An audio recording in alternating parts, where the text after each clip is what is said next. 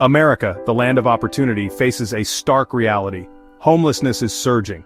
It's a crisis hiding in plain sight. We see it on our streets, under bridges, in parks. The numbers are alarming.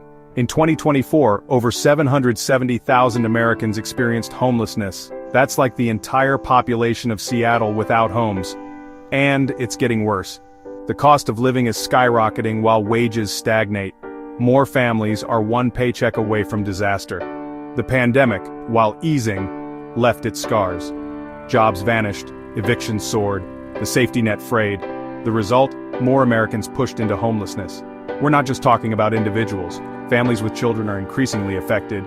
Imagine the trauma, the uncertainty, children sleeping in cars, missing meals, falling behind in school. This is the reality for thousands of American families. We can't ignore it. This isn't just a big city problem. Homelessness affects every state, every community. Rural areas, often overlooked, face unique challenges.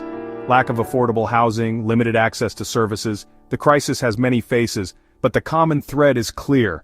Too many Americans are struggling to keep a roof over their heads. Why is homelessness so pervasive in a nation as wealthy as ours? The answer is complex, but the main culprit is clear: the affordable housing crisis. Simply put, there aren't enough affordable homes for everyone who needs them.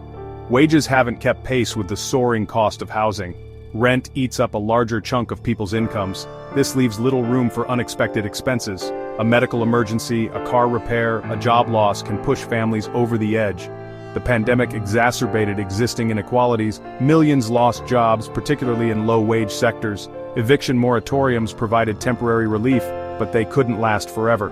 As protections expired, many faced eviction and homelessness. Mental health and addiction issues also play a role. But let's be clear, these are often consequences of homelessness, not its cause. Living on the streets takes a toll on mental and physical health.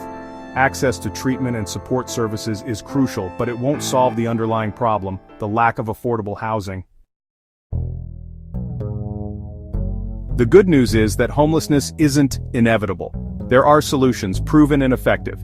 Housing First is one such approach. It prioritizes providing permanent housing without preconditions like sobriety or employment. The logic is simple. People need stable housing to address other challenges, and it works. Housing First programs have successfully reduced chronic homelessness. Veterans experiencing homelessness have seen significant progress, but these programs need more funding and support to reach everyone in need. The Trump administration's approach, however, has been misguided at best. Proposals like tent cities are not solutions, they're band-aids. Criminalizing homelessness only pushes people further into the shadows. Cutting funding for HUD, the very agency tasked with addressing housing issues, is counterproductive. We need a comprehensive approach, one that addresses the root causes of homelessness. That means investing in affordable housing, expanding access to mental health and addiction services, and providing job training and support. It's about breaking down the barriers that keep people trapped in a cycle of poverty and homelessness.